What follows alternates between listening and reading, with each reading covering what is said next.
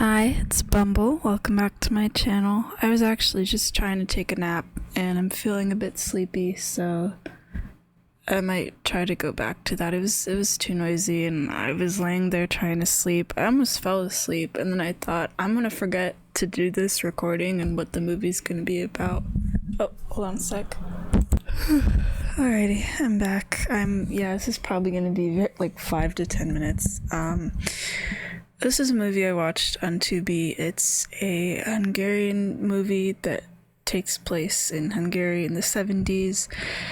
I find a lot of foreign movies like this on Tubi, just ones I've never heard of, that have these kind of weird premises sometimes. But this one was cool. It's about this lady. Her name's Liza,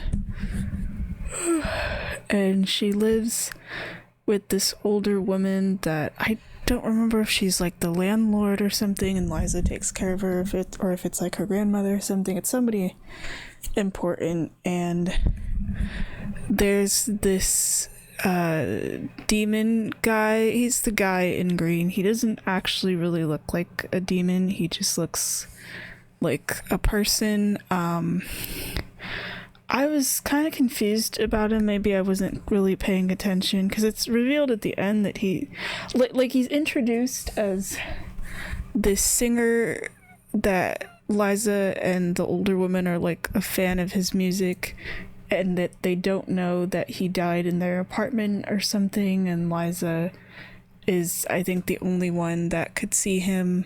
But then later on he explains that he's actually this kind of like demon or whatever, that takes people to the afterlife and had originally come to Liza's, where she lives, to get the grandmother when the old woman, I guess, when the old woman like was supposed to die and fell in love with Liza and kept coming back. She just thinks for the entire movie he's like an imaginary friend of some kind.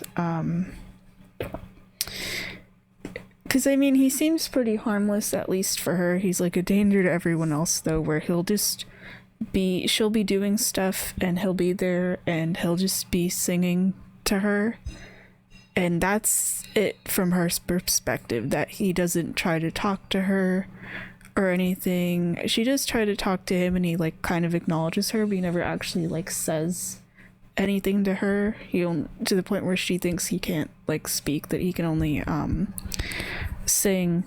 But what he's actually doing, because he's in love with her and she doesn't know that, is that he's going around killing anyone that she tries to date through like supernatural means and stuff. But Liza doesn't know this, so the entire movie she's under the belief that she's this sort of demon herself that's called the Fox Fairy or something, and she keeps seeing images of like foxes everywhere. But I think it's actually the guy that's supposed to be the Fox Fairy, and Liza's a normal person. I was a bit confused about that, because part of the movie talks about this like cursed fox fairy that breaks the curse by falling in love and having that type of love be very like pure and genuine, and Liza's referred to that way. So I wasn't sure which one of them was supposed to actually be the fox fairy, but the main thing is that Liza thinks that she's the reason people are dying around her, that she's like cursed her somehow, and that's how they're dying. But it's actually just this demon that's going around killing her lovers when she's not there. And except for one of them gets like stabbed by some like hitman or whatever, but I think the rest do get like killed by the demon. And it's so funny to watch those scenes. It's like very comedic, in that he'll cause these sort of accidents to happen around them, but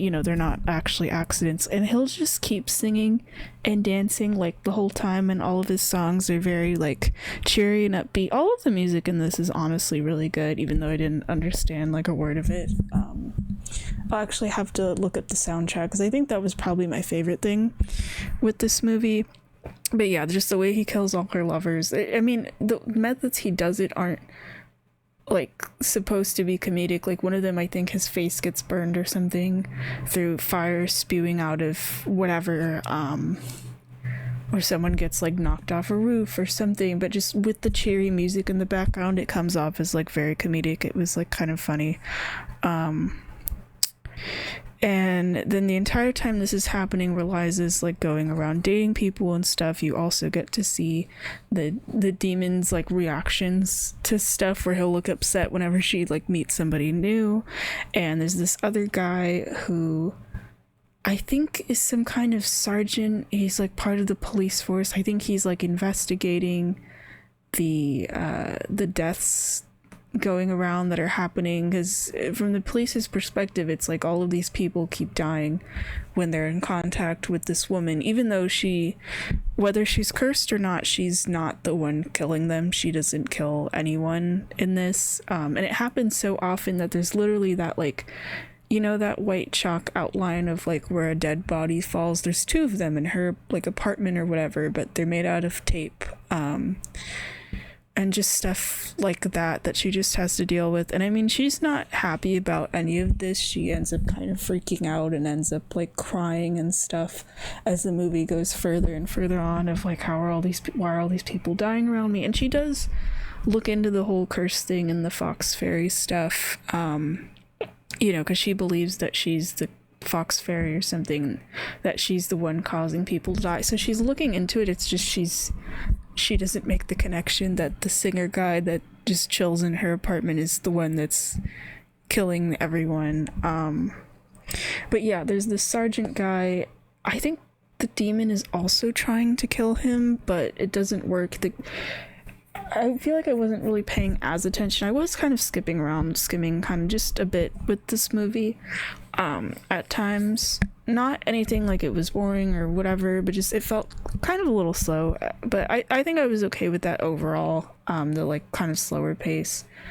But the sergeant guy keeps getting injured. I think it's the demon's attempts to kill him just aren't working or whatever. Or maybe he's just clumsy, because he's always shown with like a bandage on his forehead or something like that, even after, you know, Liza's finally left alone by the demon and everything. But he really does love her, and he's around like the entire movie and stuff. And poor guy, you get to see his reaction sometimes when Liza will like confess to somebody else, and he frowns in this way where he looks so sad, and I felt bad for him. And he tries to save her at the end too, in this like kind of slow motion scene that ends up being really cool, because the ending is kind of crazy, where Liza's just kind of broken down. Oh yeah, the demon is manipulating her as well, not just like the deaths of her lovers, but kind of spawning these things in front of her to kind of pull her in certain directions. And I think at one point ends up opening a bottle of some pills, and she's so upset over, you know, all these people dying around her. I think she ends up taking the pills, and the demon gets her to try to like overdose on the pills, and it's kind of crazy where she ends up kind of unconscious, where she's like, I think just dying from them or something. And the sergeant is in her apartment, and he's moving in slow motion with the gun, and he's trying to go towards her, and I'm like, is there someone in her apartment or whatever? But then you get to see where Liza's at, and the demon is there and is keeping Liza like unconscious, while also like putting the sergeant in like slow-mo or whatever. I think also kind of just trying to kill him. But then you get to see what's going on in Liza's mind at that point, where she has this, I think, burger restaurant or something that she really likes, and she ends up there because there's like the last person she dated is this guy that gets killed by a hitman or whatever, and she really liked him. She gave him like a really sweet romantic confession sort of scene earlier in the movie, where she's trying to tell him like that he's a good guy, and it's very nice until you see later on that I think he's married or he's dating someone else, and then someone gets a hitman. I think it's the demon manipulates things so that somebody's scorned lover hires a hitman and gets the guy killed. But he shows up as like a ghost in this dream Liza has, and I think it's revealed that he was actually the demon guy the whole time, or something like that. And then the demon guy is there, and he's sitting with Liza at the restaurant, and he's like, "Oh, I'm the person that takes people to the afterlife." But I don't think he's supposed to be like the personification of death or anything. Or I don't think they directly say it, but that basically is like what his job is. And he tells Liza of like how he fell in love with her, and he's like trying to get her to commit suicide to like trap her in the afterlife, because it's like the only way for them to stay together or something. And I think Liza had the curse explained to her already, and she actually says like, "Yeah, I'll stay with you," even though she doesn't love him or anything. I think from how it seemed at the beginning of the movie, before she started dating, that she might have liked him at least a bit. Yeah, because from her perspective for the whole movie, he's just like this harmless sort of imaginary friend. That's why she doesn't try to like date him directly. She just assumes he's like some kind of imaginary friend that only she can see, which is like partially right. She's the only one who could see him, but he's definitely not like an imaginary friend.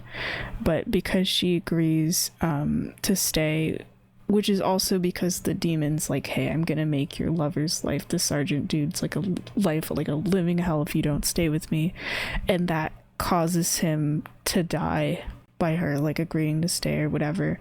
And then it's kind of interesting where there's like a 10-year forward time skip or whatever to at the end of the movie.